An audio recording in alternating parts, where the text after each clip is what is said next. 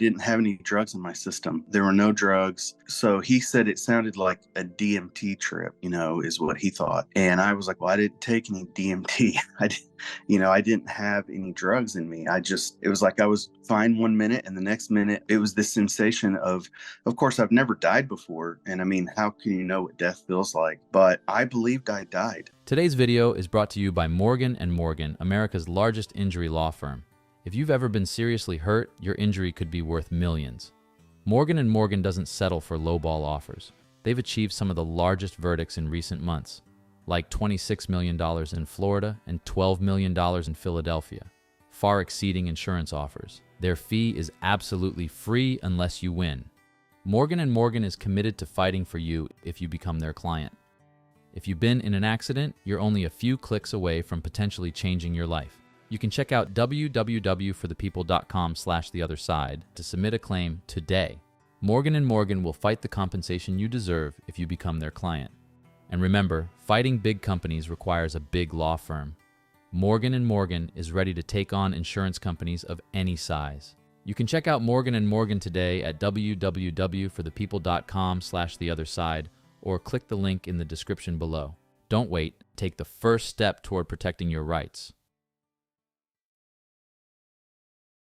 So we were with family. It was around the Christmas time, and I was just minding my own business, sitting around a campfire, and all of a sudden I started feeling really strange. I felt like I was needing to sleep. I don't know. I felt really unusual. So I went to the refrigerator and I got a bottle of water, and I tried to drink it, and it was like I couldn't swallow, and I choked on the water, and the water all just came down my face and on my body, and I thought, that's not good.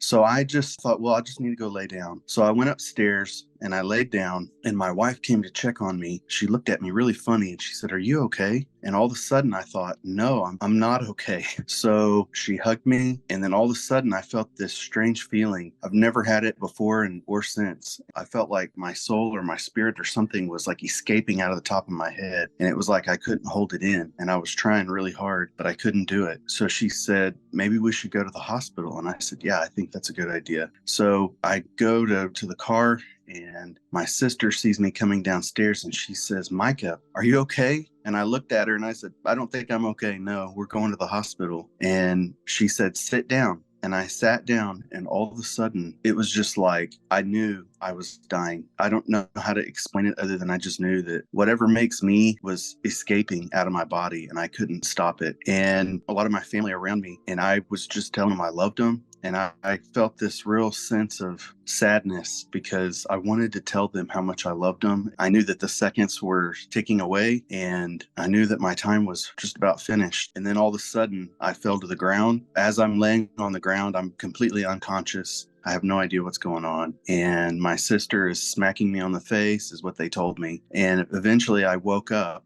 and she said, "You're going to be okay. You're going to be okay." And I tried to sit up. When I sat up, because I've got 3 little boys, and I thought, I cannot die. I have to be here for them. Right when I tried to get up, all of a sudden, this really strange sensation started happening. And my sister was looking at me in the face, and it was almost as if an ice wall was appearing right between us. And this ice wall was just like building and getting thicker. And I could see her through it, but it was getting stronger, and it was almost like it was thickening as time was going forward. And I would try to speak, but it was like she couldn't hear me. So all of a sudden I realized she couldn't hear what I was saying. And after probably about a minute of this wall forming between us, I realized they were in a reality and they're on their side, and I was like gone.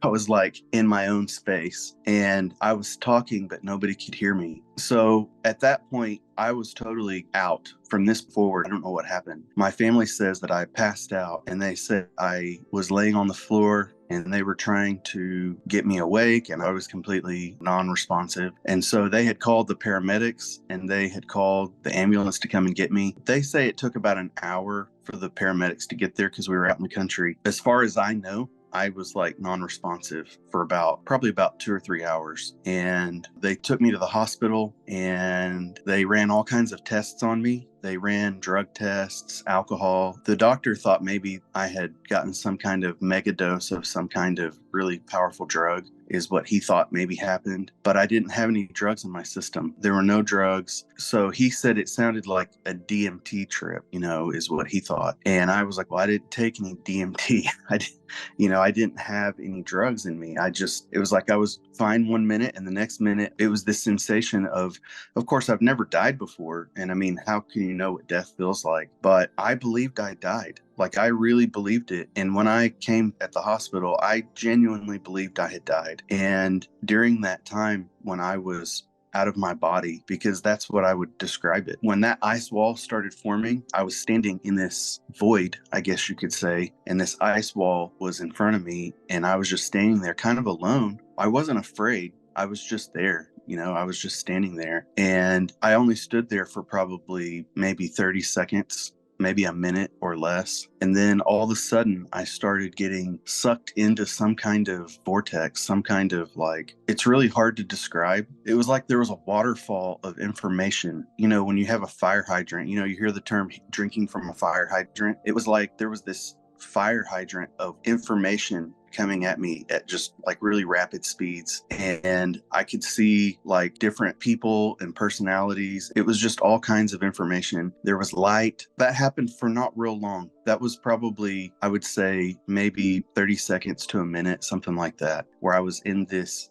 nothing bad was happening, nothing good was happening. I was just I don't know. It was like I was traveling through some kind of, I guess vortex is the only word I know to use. And then when I got to the end of that, it was like I was being forced to watch some kind of video.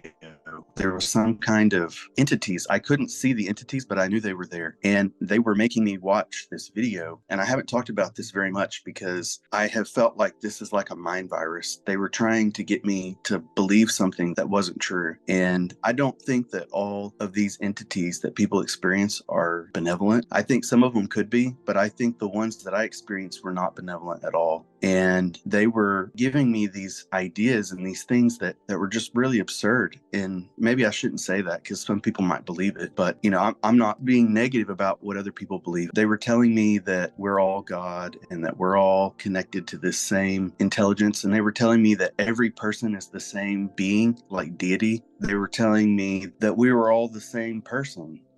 Say I agreed or disagreed. I just was basically watching this. So I was standing in this, I don't know if it was a machine or it was some kind of apparatus, and below me was hell. And they were pushing my head down into it. And they told me that if I would agree that I could be Jesus, that they would send me back into the world and I could cleanse the world of all kinds of problems as Jesus. I said, no, I can't be Jesus. Jesus was perfect and I'm not perfect. I make mistakes. I can't be that person. And so there was a clock ticking in the background and it was about to hit midnight. And when it hit midnight, if I didn't agree, then they were going to push me into hell. And so I stood up as best as I could because it was like I was being pushed down into this cylinder or some kind of mechanism. And I pointed across the room. I said, I'm not Jesus. I said, Jesus is over there. And when I did that, the lights came on. It was like I was in a dark room up until this point, and then the lights pop on, and Jesus walks across the room, and he says, you can't continue torturing him. You have to stop torturing him because he's not going to make a false confession. And then he turns around, and he starts walking towards this massive weight. It's got all of my deeds on it. It's got the good things that I've done in my life and the bad things. And it's huge. It's big enough to fill a very large room. Huge. I'm talking really big. It was the biggest scale I had ever seen in my life. And it was slightly tilted to the bad side, just a little bit. And I was really sad to see all the bad things that I had done in my life. But I was also a little bit surprised that I had done so much good.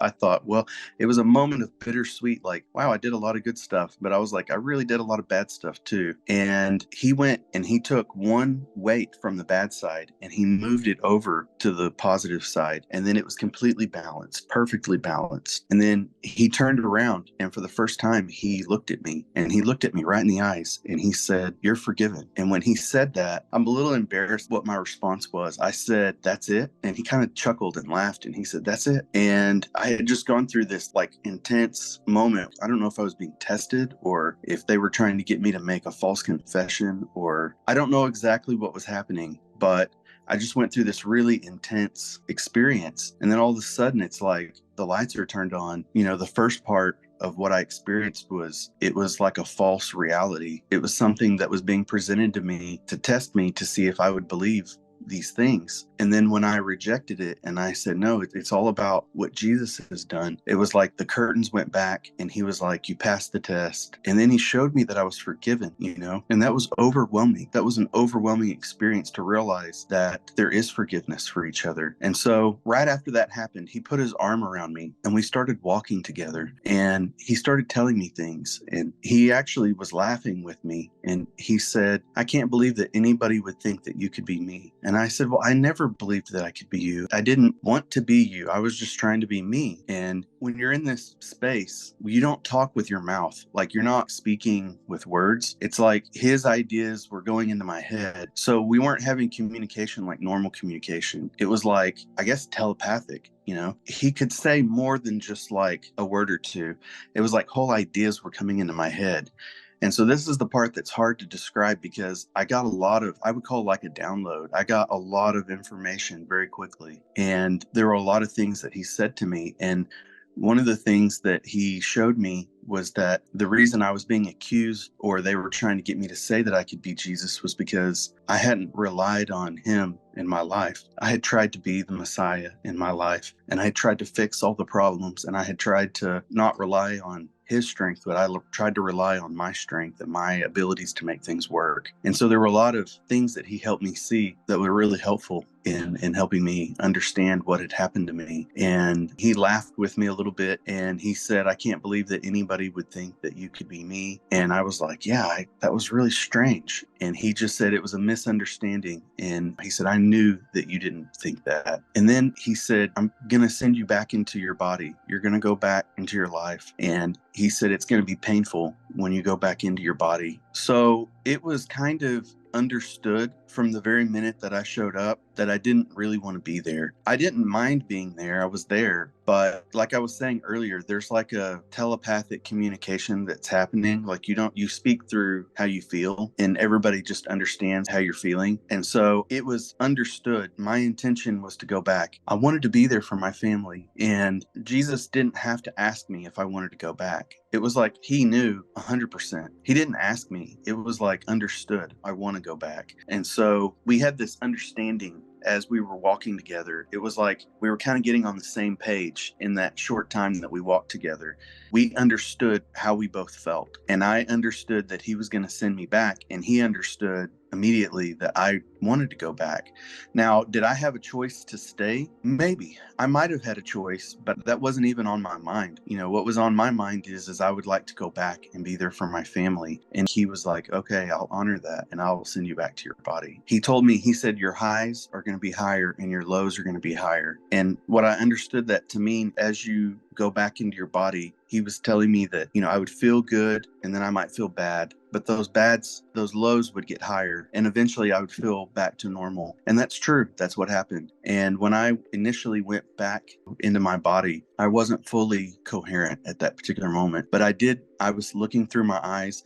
And it's kind of like a computer when it's rebooting. It takes a minute for it to kind of fully get back up to moving properly. And that's kind of how I felt. I wasn't able to fully use my body properly. It was hard for me to use my hands and my feet. And the nurse came in. I was in the hospital, and the nurse came in and she told me that I had to urinate in a cup, or she was going to have to put a catheter in me. And that was like really good motivation, because I didn't want to be catheterized. And I was like, okay, let me try to do this. And it was like very difficult for me to even do basic things like that. So yeah, what he told me was true. It was very strange, because it was like I had a complete detachment from my body. My spirit was completely removed from my body, and I didn't see heaven or hell or anything like that. I felt like I saw whatever the courtroom of heaven is. That's what I think I saw, and that's what I believed I experienced. And as strange as this sounds, I feel like dying is like having a sick stomach. It's like vomiting. Nobody wants to vomit. That's not fun, right? But it's not that bad.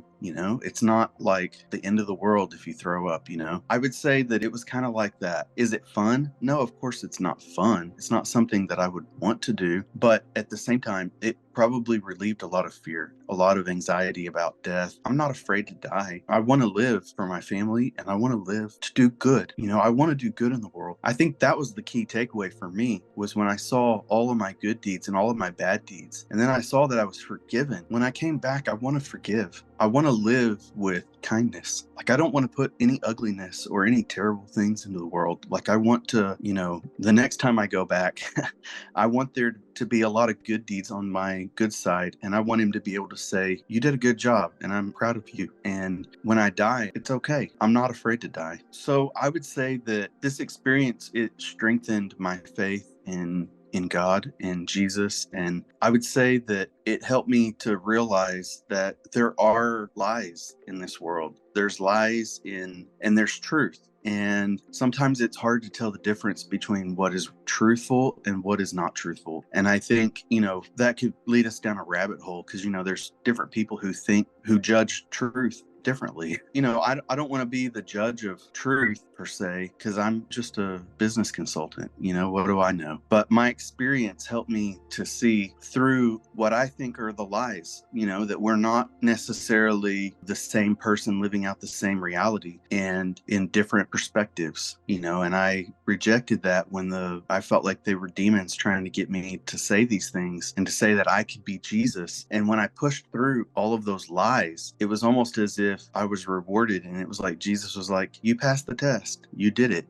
Those were lies, that wasn't true, and here's the truth, you're forgiven, I'm going to forgive you. And for probably about 2 or 3 months after the experience, I really struggled, and I was trying to figure out what was true. I was trying to figure out what about my experience was real and what wasn't, because I call it a mind virus. It was a mind virus what they were trying to pump into me at the beginning of this experience, and they were trying to make me think that we're all the same person and all of these things, and I wasn't sure really how to process all of this. And I found a verse in the Bible that says that when we die, we will all be known as we were known. And that had a tremendous impact on my ability to process this, because what that meant is, if we will be known as we were known, then we're not all the same person. We're individuals. You have your own individual interests and personality.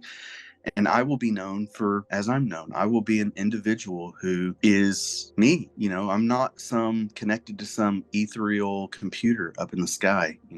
Like, we are individuals that were made special. And so that helped me process what it was that happened to me. And so, yeah, I would say it strengthened my faith. I'll put it this way. It feels like my faith became sight. Before, my faith was just something I believed. It was something that I believed in my mind, in my heart. Might not have a lot of evidence, but it was just something I believed. And when I was there, it was almost as if that was more real than this reality. And so my sight was like perfect sight. It was like very clear and very strong. And so, like, I don't have any doubt what I believe now. I believe it, and it strengthened my faith deeply.